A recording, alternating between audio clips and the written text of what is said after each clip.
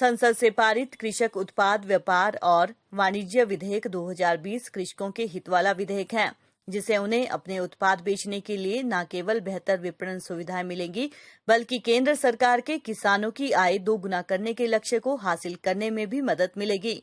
मुख्यमंत्री ने कहा कि एपीएमसी और मार्केटिंग बोर्ड पहले की तरह कार्य करते रहेंगे और सब्जी मंडियों के विकास के लिए अनुदान मिलना भी जारी रहेगा।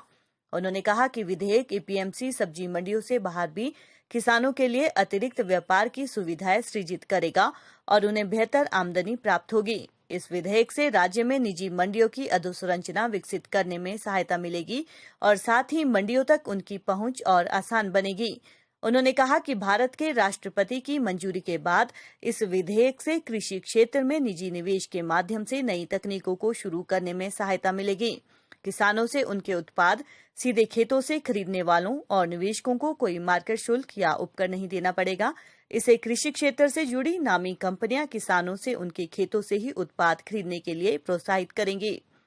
जयराम ठाकुर ने कहा कि इसके अंतर्गत इलेक्ट्रॉनिक्स लेन देन पर अधिक ध्यान केंद्रित किया जाएगा, जिससे प्रधानमंत्री नरेंद्र मोदी के एक राष्ट्र एक मंडी को साकार करने में सहायता मिलेगी। उन्होंने कहा कि इससे राज्य में कोल्ड चेन अधोसंरचना का विकास होगा, क्योंकि लाइसेंसिंग नियंत्रण मुक्त की जाएगी, जिससे व्यापार में सुगमता के साथ साथ कृषि प्रसंस्करण में निवेश बढ़ेगा। अभी हाल ही में जो लोकसभा और राज्यसभा में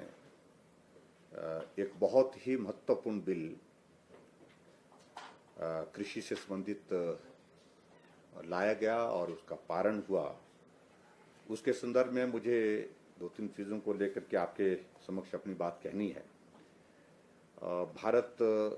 गांव में रहने वाला देश है और देश की आबादी का लगभग 80% हिस्सा गांव में रहता है और स्वाभाविक रूप से गांव में रहने वाला अधिकांश व्यक्ति कृषि से जुड़ा हुआ है, वो किसान है और बागवान है। और उस दृष्टि से ये बिल बहुत महत्वपूर्ण, जिसका भी पारण हुआ और इसके बहुत दूरगामी परिणाम भी होंगे। आदरणीय प्रधानमंत्री नरेंद्र मोदी जी ने एक लक्ष्य निर्धारित किया कि आने वाले समय में हमको किसानों की आय को दुगना करना है और उस दृष्टि से हम रिफॉर्म्स की तरफ भी बढ़ें और कृषि के क्षेत्र में हम बेहतर काम किस प्रकार से कर सकते हैं, उसके लिए कुछ कानून में, व्यवस्थाओं में जो भी चीजें करने की आवश्यक हैं, उन चीजों को हम करने की शुरुआत करें। और उसी दृष्टि से अभी जो ये किसान उत्पादन व्यापार और वाणिज्य का ये जो बिल 2020 जो है वो लोकसभा और राज्यसभा में रखा गया और उसका पारण हुआ है। मैं आदरणीय प्रधानमंत्री जी के इस निर्णय का अभिनंदन करता हूं, स्वागत करता हूं और उसके साथ साथ मैं इस बात को लेकर के भी बड़ा स्पष्ट करना चाहता हूं,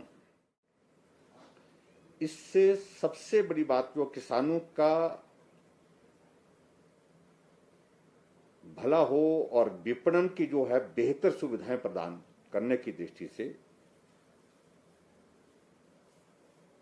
और उसके साथ साथ में किसानों को उचित मूल्य मिल सके,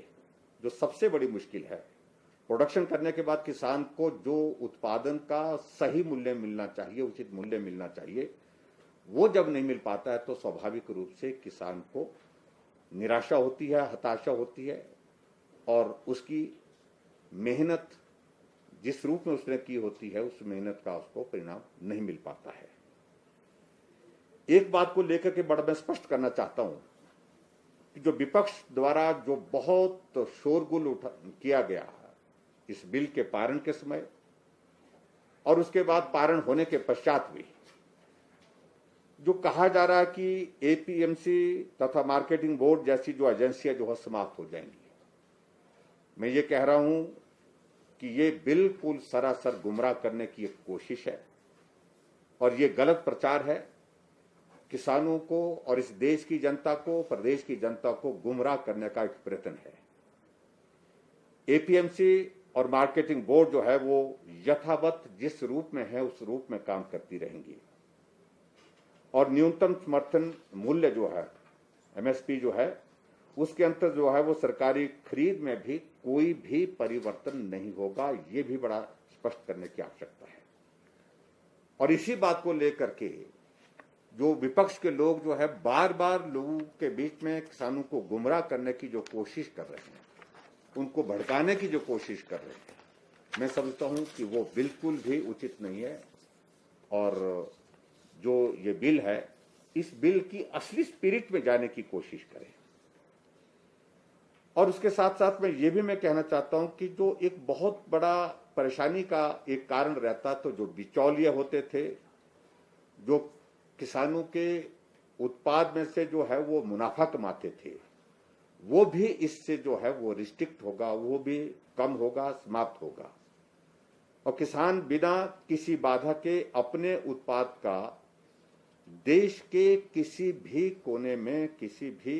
मार्केट में उसको बेच सकेंगे। ये भी इस बिल के अंतर्गत जो है एक बहुत बड़ी सुविधा जो है प्रदान की गई है, जिसका मुझे लगता है कि अभिनंदन करना चाहिए। स्वाभाविक रूप से जब किसान कोई उत्पादन करता है, उसकी मार्केट वैल्यू उसको जहां उचित मिले उसको वहां बेचने का अधिकार होना चाहिए, उसको वहां जाने का अधिकार होना चाहिए। और वो सारी चीज को इस बिल के अंतर्गत जो है व्यवस्थित ढंग से जो है वो लाया गया है। और इसके साथ साथ में ये भी मैं कहना चाहता हूं कि जो इस विधेयक के माध्यम से जो हमारी जो निजी मंडियां हैं, उनके जो इंफ्रास्ट्रक्चर को जो है वो का जो है उनको भी स्ट्रेंथन करने की दृष्टि से एक बेहतर एक प्रयास है, वो भी इस बिल के माध्यम से बड़ा स्पष्ट है इसमें। और इसके साथ में ये भी मैं कहना चाहूंगा, किसान जो है कृषि के क्षेत्र में जो निजी निवेश के माध्यम से नई तकनीक अपना सकेंगे। और ये जो बहुत प्राचीन समय से जो चली है, एक फसल लगाने का फैसला, 2 फसल लगाने का जो किसानों का एक ये होता था, उसमें नए इनिशिएटिव, नई चीजें जो है, नई टेक्निक जो है वो आगे नहीं आ पा रही थी जिस स्तर पर आनी चाहिए थी। इस बिल में वो भी प्रावधान साथ में जोड़े गए हैं ताकि किसान जो है नए इनिशिएटिव के साथ जो है नई टेक्निक का इस्तेमाल करते हुए अपने उत्पाद को जो है बढ़ा सके, वो भी इस पे प्रावधान किया गया है। और इसके साथ में ये भी मैं कहना चाहता हूं कि जो सीधे हमारे किसानों के उत्पाद खरीदने, वो खरीददारों, निवेशकों को किसी प्रकार की मार्केट शुल्क भी नहीं देना होगा। ये बहुत इंपॉर्टेंट है, मार्केट शुल्क भी नहीं देना होगा। इससे प्रतिष्ठित कंपनियां सीधे किसानों से कृषि उत्पाद खरीदने के लिए प्रेरित होंगी। तो सीधे जो है वो परचेज करने के लिए जो है एक व्यवस्था जो है उसमें और ज्यादा मजबूत होगी। इसके साथ में ये भी मैं कहना चाहता हूं, इस विधेयक के माध्यम से जो हमारी कोल्ड चेन है और उसका जो इंफ्रास्ट्रक्चर जो उसको स्ट्रेंथन करने के लिए भी जो उसमें व्यवस्था की गई है। और एग्रो प्रोसेसिंग के क्षेत्र में जो है निवेश और ज्यादा बढ़ने की भी संभावना इस बिल के माध्यम से इसमें जोड़ी गई है, ये भी मैं कहना चाहता हूं। और इसके साथ में आगे बढ़ करके मैं ये भी मैं जरूर कहूंगा, जो हमारे विपक्ष के लोग हैं, जिस प्रकार से वो प्रचार कर रहे हैं, जिस प्रकार से लोगों के सामने गलत बातों को रखने की कोशिश कर रहे हैं, तो किसानों को जो कह करके कि भ्रमित किया जा रहा है कि जो बड़ी कंपनियां किसानों की भूमि को हथिया लेंगी, ये तो बहुत ही हास्यास्पद स्थिति है जिस प्रकार का आरोप वो लगा रहे हैं। और उन्हें अपनी ही भूमि पर मजदूर की तरह काम करना होगा, यह आरोप जो है हम सिरे से खारिज करते हैं। ये बहुत ही घटिया और गुमराह करने वाला आरोप कि बड़ी कंपनियां आएंगी और किसानों की जमीन पर कब्जा करेंगे और कब्जा करने के बाद वो मालिक बन जाएंगे और उसके बाद जो किसान जो है वो बेचारे जो है वो मजदूरी करते रहेंगे। ये प्रचार इस प्रकार से करना ये सचमुच में बहुत दुर्भाग्यपूर्ण है। किसान जिसकी जमीन है वो उसका मालिक ही रहेगा और मालिक होकर के अपने खेत में बेहतर ढंग से वो अपने काम कर सके, इस दृष्टि से इस बिल को लाने की मंशा है। और इसके अतिरिक्त में ये भी मैं कहना चाहूंगा कि जो वास्तविकता जो है वो ये है कि किसानों को जो बिजाई के समय ही जो उत्पाद की जो खरीद मूल्य का आश्वासन मिलेगा और किसान बाजार में बाजार की मार्केट के अनुरूप अपने उत्पाद की बिजाई कर सकेगा। ये भी एक बहुत महत्वपूर्ण पॉइंट है जो जिसका मैं जिक्र करना चाहूंगा। और उसी तरह से मैं ये भी मैं कहना चाहता हूं, जो हमारे विपक्ष के लोग हैं जो जिस प्रकार से आरोप लगा रहे हैं कि बड़ी कंपनियां कृषि उत्पाद का अपने गोदामों में भंडारण कर उसे उपभोक्ताओं को अधिक कीमत पर बेचेंगी, ये भी कतई गलत धारणा लोगों के बीच में पैदा करने की कोशिश है। और मतलब बड़ी कंपनियां भंडारण करके जो है उसको अपनी मनमाफिक जो है वो कीमत पर बेचेंगे, इस प्रकार का भी कोई इसमें जो है प्रावधान नहीं है। यानी कि और इसके साथ में ये भी मैं कहना चाहता हूं, किसानों को उनके उत्पाद के उचित मूल्य नहीं मिलेंगे, ये भी प्रचार कर रहे हैं और सार्वजनिक वितरण प्रणाली भी प्रभावित होगी, ऐसी जो बात कही जा रही है। लेकिन सच्चाई इससे हट करके जो है वो ये है कि अभी जो ये बिल पारित हुआ है, अब इसके माध्यम से अधिक भंडारण किया जा सकेगा, एक बात, जिससे किसान उत्पाद को जब चाहें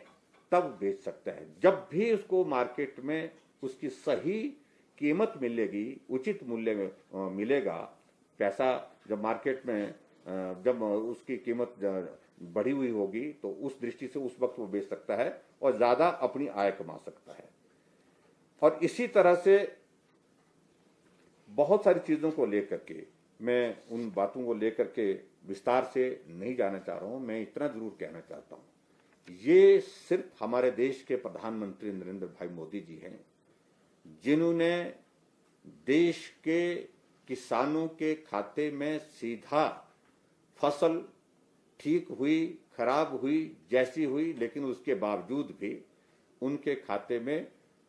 किसान सम्मान निधि के अंतर्गत एक साल में 6,000 रुपए उनके खाते में डालने का निर्णय आदरणीय प्रधानमंत्री जी ने लिया।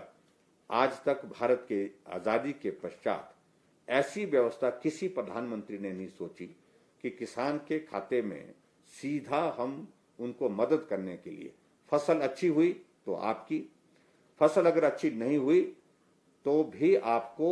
हम ज्यादा नहीं लेकिन थोड़ी मदद करने के लिए जो है उस दिशा में हम काम करेंगे और किसान सम्मान निधि की योजना पूरे देश भर में शुरू की। तो ये कुछ पॉइंट्स पर मुझे आज जो है खास तौर से पिछले कुछ दिनों से कांग्रेस के लोगों ने बहुत प्रचार किया, बहुत प्रसार किया इस बिल के ऊपर और दूसरे विपक्षी दलों ने भी करने की कोशिश की। ऐसी परिस्थिति में मैं कहूंगा जब बिल किसानों के हित में है,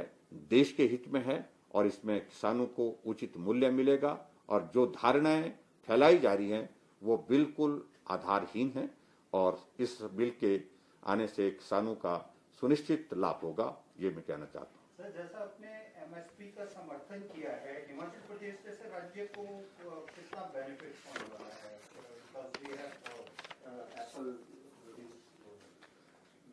निश्चित रूप से हम हिमाचल प्रदेश में हम वैसे भी हम एमएसपी में हम दे ही रहे हैं, चाहे वो सेब है, सेब के अतिरिक्त जो हमारी दूसरी प्रजातियां हैं, नींबू है, आम है, उन पर भी हम थोड़ा देते हैं। लेकिन उसके बावजूद पर्टिकुलरली इसमें हिमाचल प्रदेश में और ज्यादा हमको लाभ मिलेगा और बहुत सारा एरिया, बहुत सारा जो बागबान किसान जो है वो उसमें इसके अंतर्गत आएंगे, एमएसपी के अंतर्गत आएंगे। और एमएसपी के बारे में जो प्रचार शोर किया जा रहा है उसमें मैं बड़ा स्पष्ट करना चाह रहा हूं कि इस प्रकार की कोई बात नहीं है। सच्चाई ये है कि एमएसपी जारी रहेगी, यथावत रहेगी। Sir, thank you. एनडीए का ही घटक दल है अकाली दल, तो उनसे हरसिमरत कौर बादल जो मंत्री रही हैं, उन्होंने इस्तीफा दिया, तो ऐसी क्या